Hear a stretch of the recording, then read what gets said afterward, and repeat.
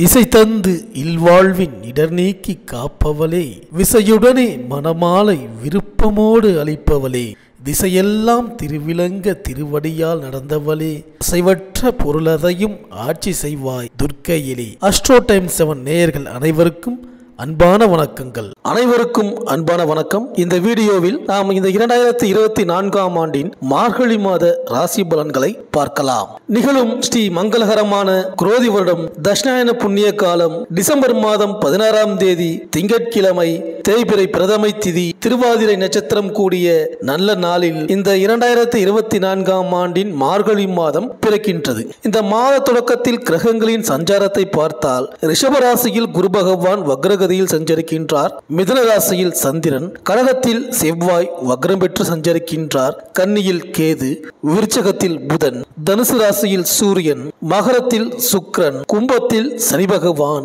மீனத்தில் ராகு என இந்த மார்கழி மாத தொடக்கத்தில் கிரகங்கள் சஞ்சரிக்கின்றன.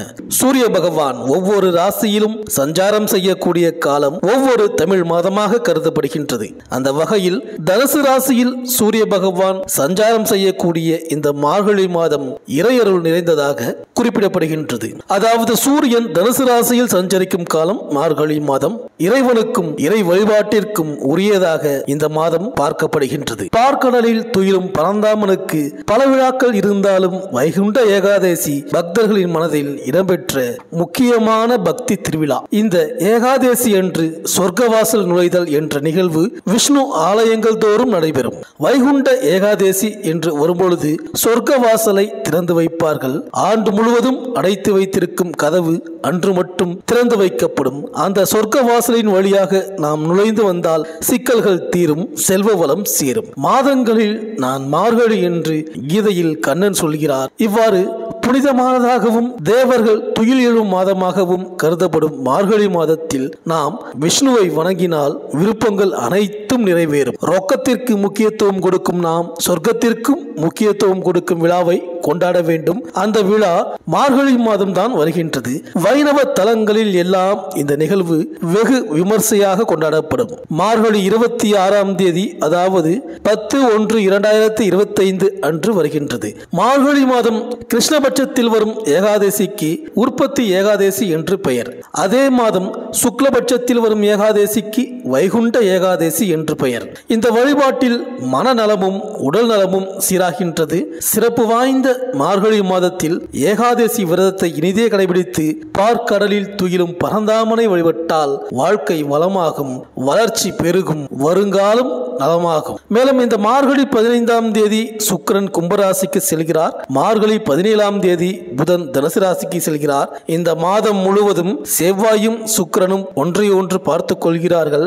ரிஷபராசியில் குரு பகவான் இந்த மாதம் முழுவதும் வக்ர இயக்கத்தில் இருக்கிறார். வக்ரம் பெற்ற செவ்வாய் சனியை இந்த மாதம் முழுவதும் பார்க்கின்றார். இது போன்ற நிகழ்வுகளால் உங்கள் ராசிக்கு இந்த மார்கழி மாதம் என்னென்ன பலன்கள் நடக்கப் போகின்றது, நீங்கள் செய்ய வேண்டிய பரிகாரங்கள் என்ன என்று இந்த வீடியோவில் பார்க்கலாம். அனைவருக்கும் இனிய புத்தாண்டு நல்வாழ்த்துக்கள். குரு பகவானை ராசிநாதனாக கொண்ட தனுசு ராசி அன்பர்களே, இந்த மார்கழி மாத கிரக நிலைகளை ஆராய்ந்து பார்க்கும் பொழுது இந்த மாதத்தில் உங்கள் ராசிக்கு 12ஆம் இடத்தில் இருந்து 6வது வீடு வரை கிரகங்கள் அமர்ந்திருக்கின்றார்கள். உங்கள் ராசிக்கு யோகம் செய்யும் கிரகம் செவ்வாய், அவர் நீச்சமாக இருக்கிறார். பாக்கியாதிபதியான சூரியன் உங்கள் ராசிக்குள் அமர்ந்திருக்கின்றார். ராகு கேது கிரகங்கள் இன்னும் 5-6 மாதங்களுக்கு உங்கள் ராசிக்கு 4 மற்றும் 10ஆம் வீட்டில் தான் நிற்கப் போகின்றார்கள். ஆக இந்த மாதம் தொடங்கி 13 தினங்கள் வரை சுக்கிரன் மற்றும் புதன் பகவானால் உயர்வுகள் மாற்றங்கள் நிகழப்போகின்றது. எந்த ஒரு புதிய கெடுபடியும் சச்சரவும் பண பற்றாக்குறையும் ஏற்படாது. 39 வயதை கடந்திருப்பவர்களுக்கு புதிய இனிமை சந்தோஷ மாற்றங்கள்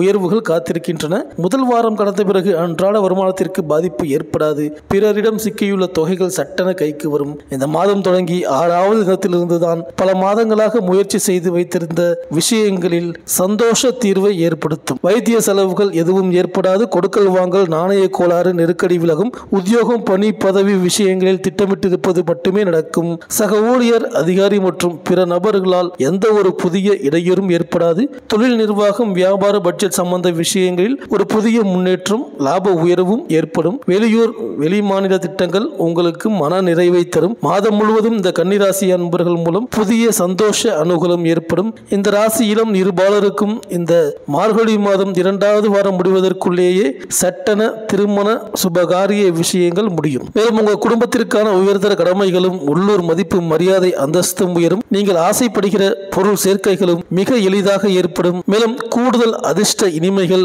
மன திருப்திகள் அனைத்தும் வெகு பிரமாதமாக காத்திருக்கின்றது இந்த மார்கழி மாதம். மேலும் மாத தொடக்கத்தில் உங்கள் ராசிநாதன் குரு பகவான் 6ஆம் இடத்தில் வக்ரம் பெற்று சஞ்சரிக்கிறார். செவ்வாய் 8ஆம் இடத்தில் வக்ரம் பெற்று சஞ்சரிக்கிறார். எனவே மிகுந்த கவனத்தோடு செயல்பட வேண்டிய மாதம் இந்த மாதம். பொருளாதாரத்தில் நிறைவு ஏற்பட்டாலும் மன நிம்மதி குறைவாகவே தான் இருக்கும். உடல் ஆரோக்கியத்தில் திடீர் தாக்குதலும் உற்சாக குறைபாடும் ஏற்படும். சொத்துக்களால் திடீர் பிரச்சனைகள் வரலாம். ஒரு சிலருக்கு புதிய வழக்குகளை சந்திக்கும் சூழ்நிலையும் ஏற்படும். மேலும் மாத தொடக்கத்தில் கடகத்தில் உள்ள செவ்வாய் மகரத்தில் சஞ்சரிக்கும் சுக்கிரனை பார்க்கிறார். சுக்கிரன் அதன் பிறகு கும்பத்திற்கு செல்கிறார். கும்பத்துக்கு சென்ற பிறகும் செவ்வாய் சுக்கிரனை பார்க்கிறார். உங்கள் ராசிக்கு 5 மற்றும் 12ஆம் இடங்களுக்கு அதிபதியான செவ்வாய் சுக்கிரனை பார்க்கும் இந்த நேரத்தில் நல்ல மாற்றங்கள் உங்கள் வீடு தேடி வரப்போகிறது. கடன் சுமை குறைய போகின்றது. இனி உங்கள் கைக்கே வராது என்று நினைத்த பணம் உங்கள் கைக்கு வரும். உத்தியோகத்தில் உங்கள் விருப்பத்திற்கு ஏற்றபடி இடமாற்றம் உண்டு. நீண்ட தூரங்களில் உள்ள நிறுவனங்களில் இருந்து சம்பள உயர்வுடன் கூடிய வேலை உங்களுக்கு வரலாம். தசாபுக்தி பலமாக இருந்தால் நம்பிக்கையோடு செல்லுங்கள். இல்லை என்றால் இருக்கும் இடத்திலேயே இருப்பது உங்களுக்கு நல்லது. மேலும் உங்கள் ராசிக்கு 4ஆம் இடத்திற்கு அதிபதியாகவும் விளங்குபவர் குரு பகவான். சுகாதிபதியான அவர் வக்ரம் பெறுவதால் ஆரோக்கிய குறைபாடுகள் வரலாம். எதையும் திட்டமிட்டு செய்ய இயலாது. உத்தியோகத்தை பொறுத்தவரை மேல் அதிகாரிகளின் கெடுபிடி உங்களுக்கு இருக்கும். ஒரு சிலருக்கு வாங்கி போட்ட இடத்தாலும் விற்பனை செய்த இடத்தாலும் பிரச்சனைகள் உருவாக வாய்ப்புகள் உண்டு. கவனமாக இருக்க வேண்டும் இந்த தனுசு ராசி அன்பர்கள். நண்பர்களை நம்பி செய்த காரியம் பாதியிலேயே நிற்கக்கூடும். கவனமாக இருங்கள். யாரையும் நம்பி எந்த காரியத்திலும் நீங்கள் இறங்க வேண்டாம். அதிகமான விழிப்புணர்ச்சி உங்களுக்கு தேவைப்படும் மாதமாக இந்த மார்கழி மாதம் இருக்கின்றது. மேலும் இந்த மார்கழி 5ஆம் தேதி கும்பராசிக்கு சுக்கிரன் செல்கிறார். உங்கள் ராசிக்கு 6 மற்றும் 11ஆம் இடங்களுக்கு அதிபதியானவர் சுக்கிரன். சகாயஸ்தானத்திற்கு செல்லும் வேளையில் வெற்றி செய்திகள் வீடு தேடி வரும். விருப்ப ஓய்வில் வெளிவந்து சுய தொழில் தொடங்கலாமா என்று சிந்திப்பீர்கள். நண்பர்கள் மூலம் நல்ல தகவல் கிடைக்கும். வெளிநாட்டிற்கு சென்று பணிபுரியக்கூடிய வேலை கிடைக்காமல் இருந்தவர்களுக்கு இப்போது அந்த வேலை கண்டிப்பாக கிடைக்கும். உங்களிடத்தில் பகையாக இருந்தவர்கள் நட்பாக மாறுவார்கள். மேலும் கடகராசியில் உள்ள செவ்வாய் நீச்சம் பெற்று வலிமை இழக்கிறார். இந்த மாதம் முழுவதும் வக்ர இயக்கத்தில் இருக்கிறார். மேலும் அவர் உங்கள் ராசிக்கு 12ஆம் இடமான விரயஸ்தானத்திற்கு அதிபதி. அவர் வக்ரம் பெறுவது உங்களுக்கு யோகம்தான். ஆனால் அவர் உங்கள் ராசிக்கு பூர்வ புண்ணிய ஸ்தானாதிபதியாகவும் விளங்குகிறார். அதனால் வாங்கிய இடத்தால் பிரச்சனைகள் ஏற்படலாம். உங்கள் குழந்தைகளின் குணங்களில் ஏற்படும் மாறுபாடு கண்டு நீங்கள் மனம் கலங்குவீர்கள். புதிய ஒப்பந்தங்களில் 1-2 நழுவி சென்றாலும் பொருளாதாரம் திருப்தியாகத்தான் இருக்கும். உத்தியோகத்தை பொறுத்தவரை கேட்கும் இடத்திற்கு மாறுதல் உண்டு. உயர் அதிகாரிகளை நீங்கள் பகைத்துக் கொள்ளாதீர்கள். மேலும் மார்கழி 17ஆம் தேதி உங்கள் ராசிக்கு புதன் வருகிறார். அவர் உங்கள் ராசிக்கு 7 மற்றும் 10ஆம் இடங்களுக்கு அதிபதியானவர். அவர் உங்கள் ராசிக்கு வரும்பொழுது திருமண முயற்சி நல்லபடியாக கைகூடும். கடல் தாண்டி வரும் செய்தி மகிழ்ச்சி அடைய செய்யும். தொழில் வளர்ச்சியில் இருந்த குறுக்கீடுகள் அகலும்.